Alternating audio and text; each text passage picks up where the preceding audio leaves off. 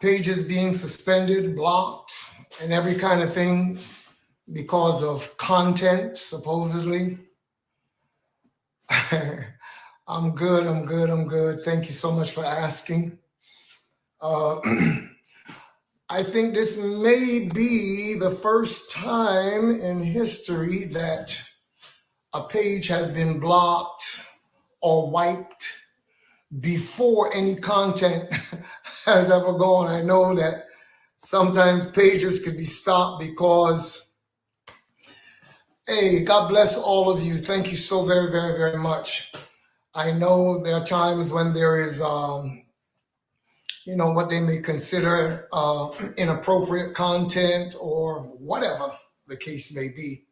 But I've never heard of a session being blocked before anything actually begins on IG.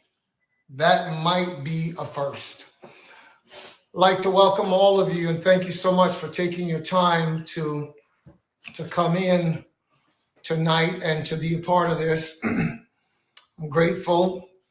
Just want to ask everybody that is on here.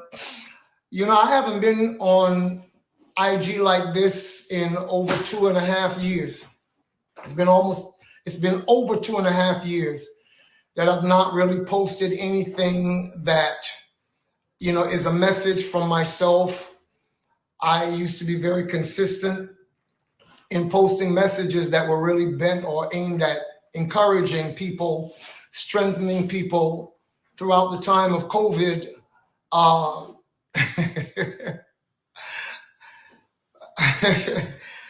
my goodness. Yeah, that has really been, aimed at being an encouragement. I remember during the times of COVID that I really started to address the, dealing with the spirit of fear and self-doubt. And throughout all of that time, people were engaged and I'm grateful. It was encouraging to hear that the message was not merely, going out, but that people were actually receiving from it. And so for 2.5 years, over 2.5 years, I've not really said anything. I have walked through the season. We have been through the storm and the rain, and we have kept ourselves strong. In fact, let me correct that. God kept us strong. And I'm grateful for everything that the Lord has done and how he has kept my family, because guess what? We have been through so much. And that is why tonight I thought it was time to speak. In the book of Ecclesiastes, it is written, there's a time to speak and there's a time to keep silence. And I do believe that the time has come to speak for now, for now. So tonight I want to take you on a little bit of a journey, and I pray that you will stay with me. I pray that you will strap on your seatbelts and be ready to take this ride with me. Many of you for some time have been concerned as to what has been going on with regards to TORY. Just give me 1 sec, please. I'm so sorry, but just give me 1 moment. This won't take long.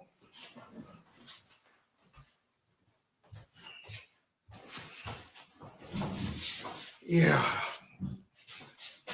A lot of you have been concerned about him. I am grateful to all of you who have loved him, have stayed with him. And as you know, we've just come through a trial that ended in the way that it ended. And I appreciate all of you who at least have decided not to allow your mind to be hijacked by a narrative that others would want you to believe, as though you have no sense, as though you have no mind, as though you should never be allowed to think for yourself. And that's basically what it has been.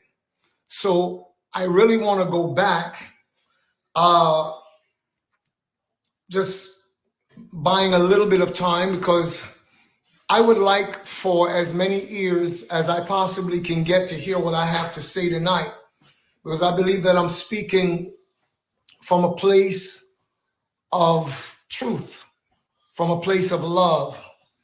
And some of you who are coming on, I appreciate, by the way, a couple of you contacted us, my wife's page, and a couple of you have said, hey, listen, how can we help? Because it's very obvious that there are certain forces that would not want my voice to speak tonight. But this is not new. This kind of warfare began just over 2.5 years ago. 2.5 years.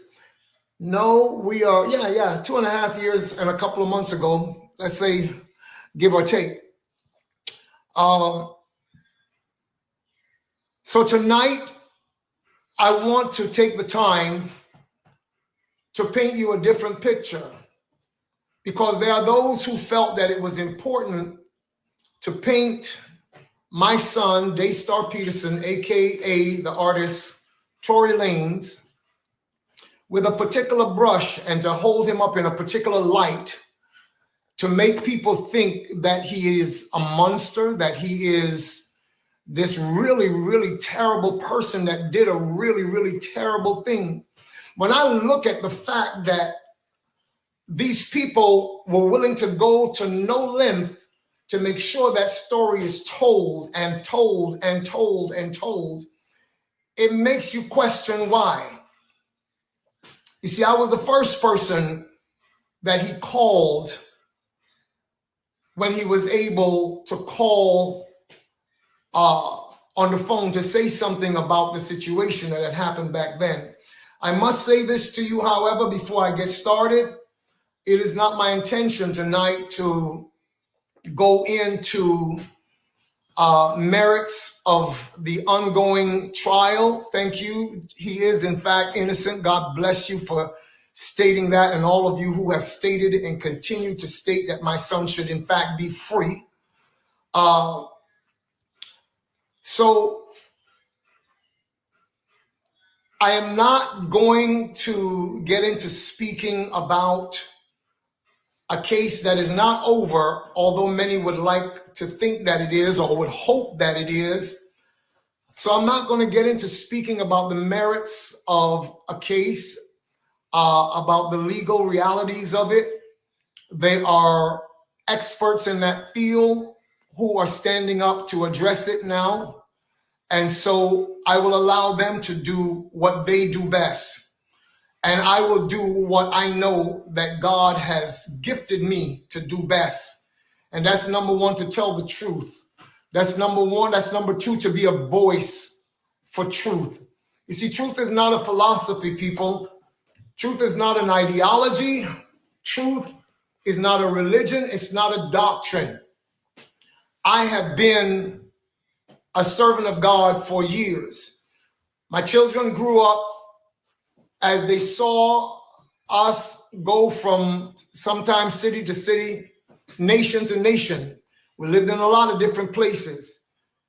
And on one hand, that really gave us an international perspective of the world and what it's really all about. And so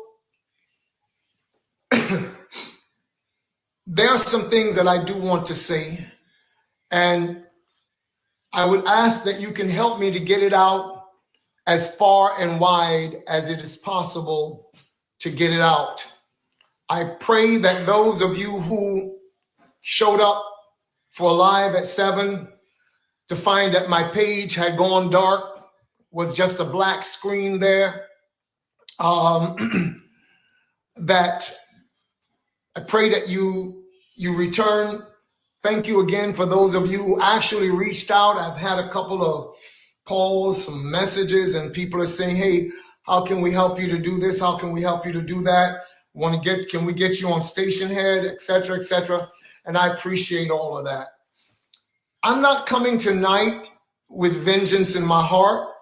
I'm not coming to try to tear people down.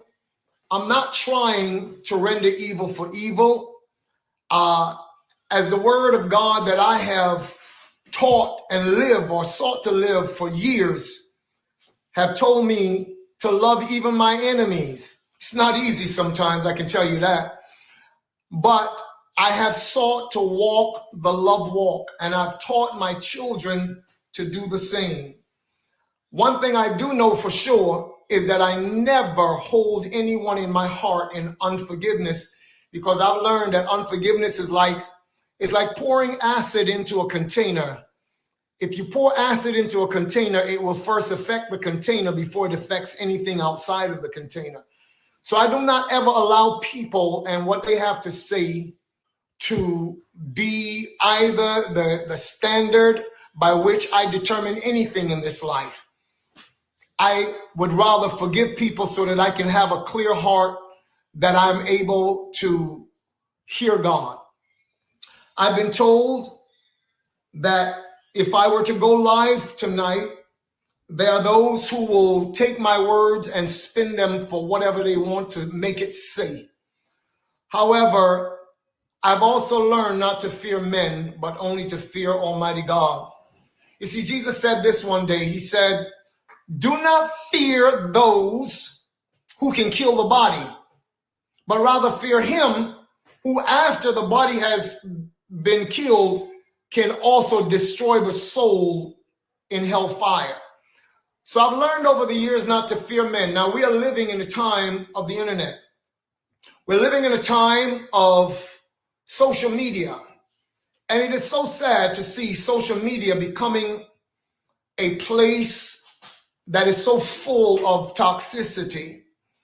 People, internet trolls, who don't like to see the beauty of a life unfold. You know, they're like moles. Digging up dirt on people is to them like though it was gold. And that's the world we live in right now. I think that we have the power to change the narrative, because one thing that the evil empire fears more than anything, they fear masses of people thinking for themselves. That's what they fear. That's their biggest fear. You know, we live in a world where the powers that be tell us that we should walk around with these blindfolds on. They want us to be walking around with blindfolds, and we are to depend on them to be the only one that can lead us or direct us where we should go. And they never want us to remove the blindfolds, because they fear that if we remove the blindfolds, not only will we realize that we can see, but they fear that we will realize that the people who are leading us around are actually the ones that are blind. And their continued existence depends on us never knowing that they really are the ones that are blind.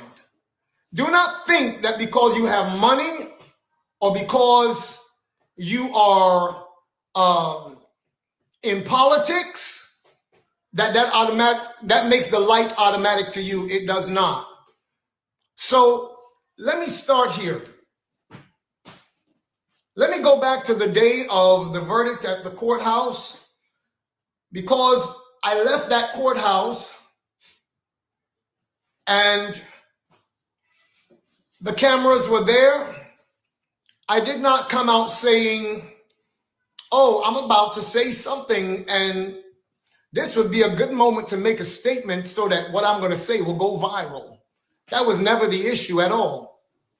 I came out because I had sat for 2.5 years seeing an injustice being perpetrated against an innocent man.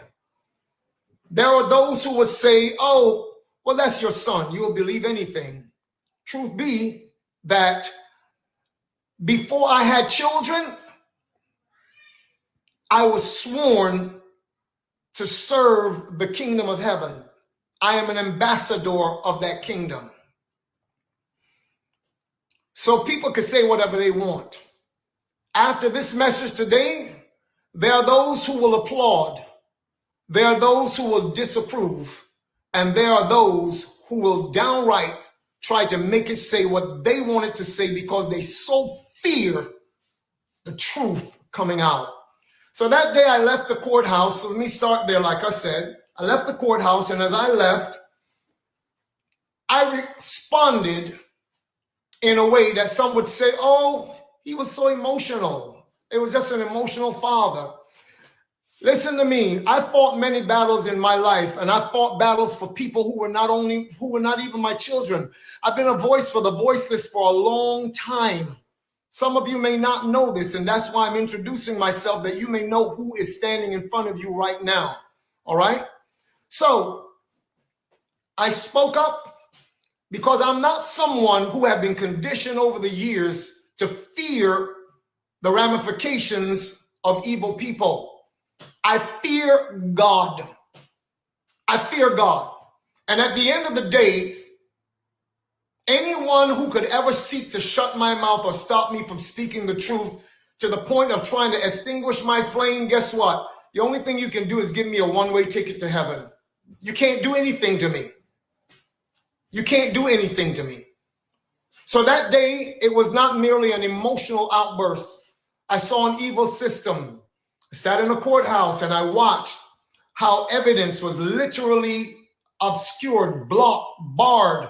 Everything and anything that was actual evidence that could speak to my son's innocence. I saw people go above and beyond the call of duty to make sure that it never came in to view. And now here we are. And it's interesting because I'm seeing that the people are really not as stupid as many would like to think that they are. Because I've seen that people have actually looked at all of it and say, nah, something's wrong. Something is really, really wrong here. And we're just not buying it. So as soon as certain folks saw that the narrative was not going in the direction that they wanted it to go, as soon as they saw that, in fact, it was not how they thought it was supposed to have thrust certain people further into the stratosphere of superstardom while using my son as a sacrificial lamb to make that happen, because that's been the narrative for 2.5 years. That's been the narrative. And as soon as they saw that it was not going that way, that in fact his numbers were rising while certain other people's numbers were falling, they began to dump onto the internet from the attorney's office, from the district attorney's office. They began to dump things that were supposed to have been evidence in a trial as though the guilty verdict was not enough. Then you had persons like this lady, what's her name? This journalist, Megan Cuniff. This woman actually went on and said that she saw my wife and I giving transcripts or leaking information to certain journalists to put out on the internet. Wait. Stop for a second. Number one, why would the district attorney's office give us things to put out on the internet to make my son look even worse? Hence, I'm talking about the interview with Kelsey. Why? That makes no sense. So I had to realize that this woman was saying things for the sake of clout. Moving right along, here we are today. Long time ago, I made a decision before God. I said, God, if I ever sin or mess up in private, I will come before you and I will repent. I will ask forgiveness in private. But as a leader, if I mess up publicly, then I will go to the people before whom I've messed up and I will ask them to forgive me publicly. That's been my stance. So that's why I'm even going back to the day on the courthouse steps, because many of you were led to believe that it was an emotional outburst on my part. It really was not merely an emotional outburst. You would have to know my history. You'd have to know how God has used me in nations around the world. You would have to know that there are times when I've stood up with great boldness to speak on behalf of those who were marginalized, those who did not have a voice, to speak on behalf of those who people did not want to be able to have a voice, to publish their pain and the things that were going on with them. And so that's been an issue for some time. So you can chalk that one up to the burden of leadership. But I want to ask a real serious question. What do you do when you see injustice happening, when it is so blatant and so plain before you? What do you do? Do you just sit back and fear the powers that be and say nothing? Is that the response that we are expected to have in the midst of injustice? For me, I remember what the scriptures say. Number one, woe to you when all men speak good of you. You see, when everybody is speaking wonderful of you, somewhere along the line, you're compromising, because not everybody loves the truth. And if you are just, everybody is speaking wonderfully of you, it means you're not telling the truth somewhere or the other. So I don't fear when people begin to be concerned that I speak or say what is right, even though it can cost. I want to tell you all something. We have been conditioned in life to always take the path of least resistance, because we don't like discomfort. We don't want discomfort. We fear anything that makes us uncomfortable. But we don't realize that sometimes discomfort is a part of the process. Discomfort is a part of the process.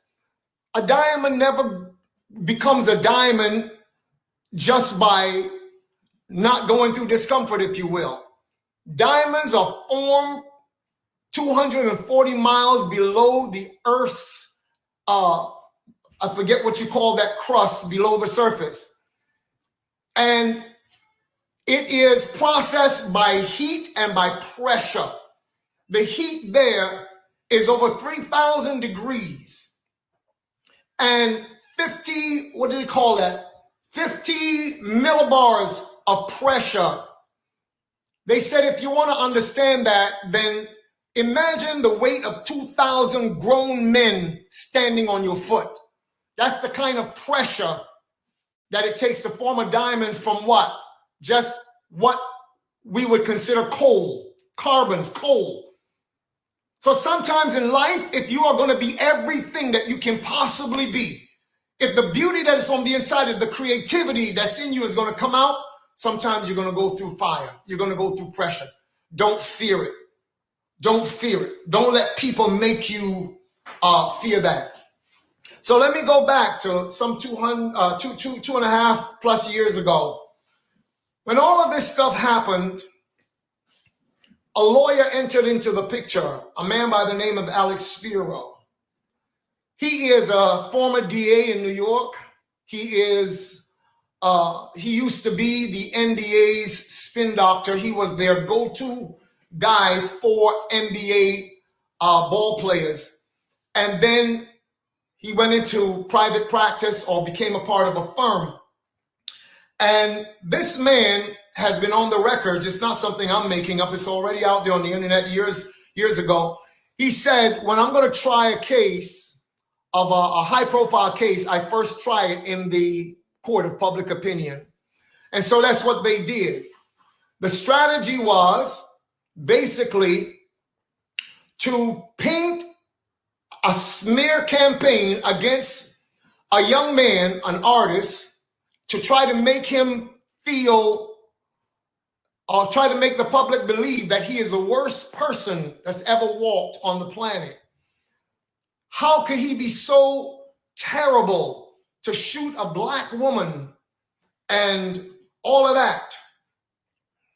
Some of the people who piled on, some of them, when they say a black woman, they sound so insincere, because they never cared about black women before that. But all of a sudden, this became a good narrative. It boosted views. It gave more likes. It sounded really, really wonderful. And, you know, for them to be on the side of this defenseless black woman. Let me stop right here and say this, and this might come as a shock to many of you. But guess what?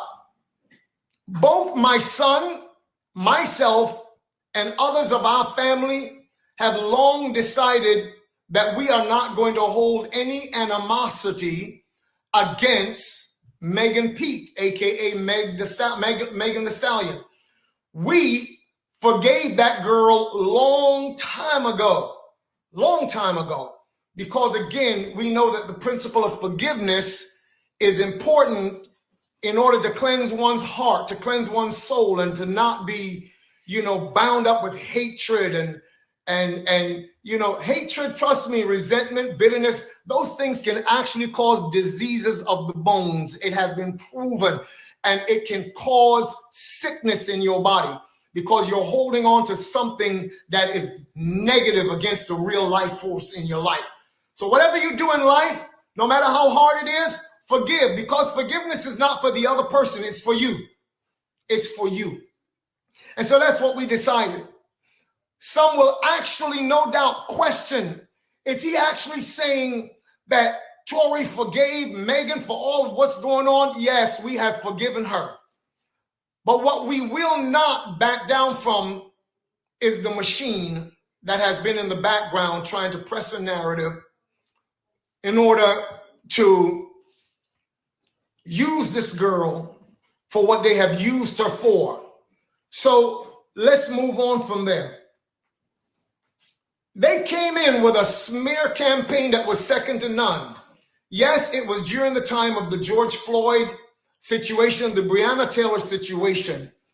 And they basically tried to make a silk purse out of a sow's ear. That's not my saying. That's an old people's proverbs who says you cannot make a silk purse out of a sow's ear. And reality check is that they were trying to make someone be an icon for civil rights who did not have any such desire, who did not have any such convictions about being that at all. And it came across very insincere to a lot of people. You see, the powers that be and those who actually have the power of the machine in their hands can make us think all day long that that was for real, but people saw right through that. And so a lot of that began to just fall on its face. The strategy was simply this. Number one, they went behind the door, closed doors, and got the powers that be to place a gag order on my son. He wasn't supposed to say anything. He wasn't supposed to say anything. Even to the place when he sought to use his art to speak for himself, because that was his only way. There were so many voices. Oh my God, how insensitive, blah, blah, blah, blah, blah, blah, blah. But I'll have to ask you, what would you do in such a situation? At the end of the album called Daystar, the last song is called Life. And he ends that song by saying, you get up one day and you have thousands of people hating on you all at once. It brings your world down. I would like the youth of today to take me as an example, because I don't care about none of those things. I will continue to stand up, and I'm paraphrasing now, so let me leave that alone. So the strategy was very simple. Shut his mouth while the mouth of those with the biggest megaphone on planet Earth piled on and said everything. Can you imagine? 2.5 years, every single day, you have to get up to that, knowing that you did not do this. And so that was the face that they decided would be best, would best serve their narrative. Who really is Daystar Peterson, people? Who really is Daystar Peterson? 1 second, please. Who really is he? The fact is, that he's one of the kindest individuals that you could ever meet in your life. The truth is that they don't want you to know is that he is someone who actually goes out of his way to help so many people. And I can tell you testimony upon testimony of things that he does and never says anything about it. Never lets anyone else know what he does in the background to help people. He will never tell you that. And there's one young lady who got in contact with me that was diagnosed as being bipolar, having a bipolar disorder, that he paid her rent. She told me, not him, because he would never say it. He paid her rent for 1 full year because she was a single mother battling through depression and situations going on in her life. He will never come and tell me what every security personnel that's ever worked for and with him has told me one by one, independent of each other. I've never worked with a celebrity like this. I've worked with others. Sometimes they make us stand outside as they go inside and have meals and do all this. He has never treated us like that. He's only ever treated us like family. But yet the world will try to make you think that this is the worst kind of human being, and it's not true. So I can't continue to sit here and just hear this over and over and over and over again and say nothing. Now my son is fighting for his life because of things that have been done in a terrible way. And they would have us to just do nothing, just say nothing. But today I'm asking you to help me to get the real story out. Because I did not realize in the beginning, when this media war started, what the end result of it would really be. I didn't realize what the strategy really was, and how there are those who felt it necessary to push this narrative and what they were pushing it for. And so here we are. But this is not just about Daystar. This is not just about him. It's really about the fact that these kinds of injustices have been happening for a long time, and they go in secret. Nothing is ever said. People are being destroyed. Families get torn apart. Oh yes, I know that there are real crimes in our society, and I don't condone any of it. I don't believe anybody should be victimized by anybody. I don't think that that's what God wants. He gave us a world that is so beautiful. If it's messed up, it's because we messed it up. So he never intended for us to be so inhumane one to another. I understand that that happens. And I understand that if we cannot have the law in our hearts, then it would many times take the law outside of us to keep us moving in the direction that brings some semblance of peace or harmony within a society. I understand all of those things. But I also understand that many people, their lives are being destroyed, ripped apart. And although we have some good people in the system, sometimes the system gets it totally wrong. We have innocence projects now that have been able to go back, and sometimes people have been in prison for God knows how long. And had it not been for somebody who took up their cause, they would still be there and they were innocent. So the system does not always get it right. Many times they get it very, very wrong. Has anybody ever told you that for the past 3-4 years, Daystar Peterson, aka TORYLANEZ, has been on the board of Unite the People, which is a prison reform platform and initiative run by a very faithful and dedicated man Caesar McDowell, has anybody ever told you that he has been on that board for almost 4 years and that he has many times used his own resources to ensure that people come out of prison that were wrongly incarcerated or unduly sentenced? Supposedly, prison is to be about rehabilitating people, but that's not been the point. That's not been the issue. So many people come out destroyed, broken, and if they don't have any system or support, not only will they never make it back into society, they will be destroyed for the rest of their lives, mentally, emotionally. Some people come out being greater criminals than when they went in, because an environment is created that is not meant to rehabilitate or make a human being better in any way. So tonight, I ain't come on here just to take up your time. I came here to let you know that my son is not what people want you to think he is.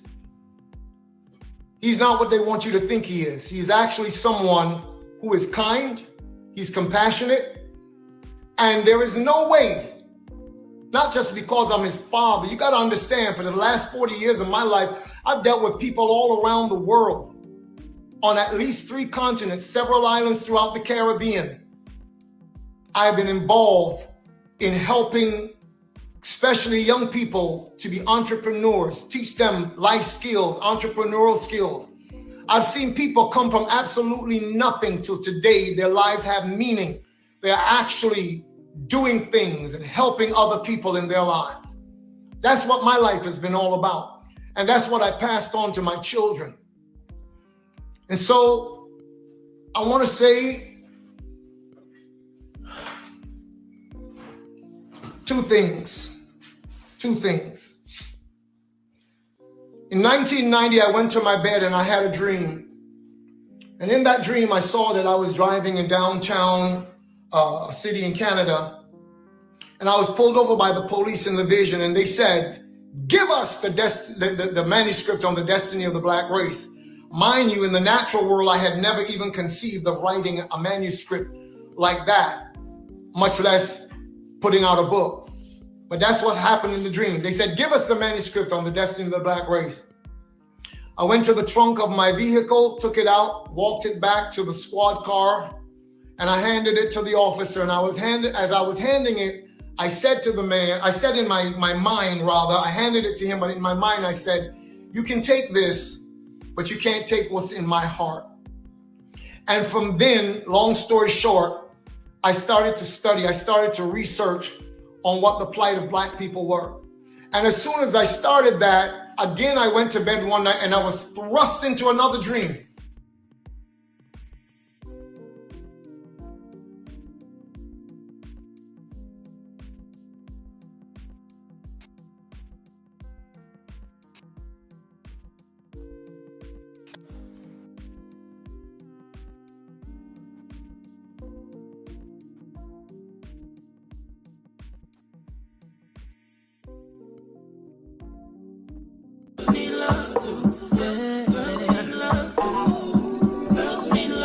Something. Girls need love. Girls need love. Girls need love. Girls need love. So what's a girl to do? She needs love. Girls need love. Girls can't never say they want it. Girls can't never say yeah. Girls can't never say they need it. Girls can't never say nah. Girls can't never say they want it. Girls can't never say yeah. Girls can't never say they need it.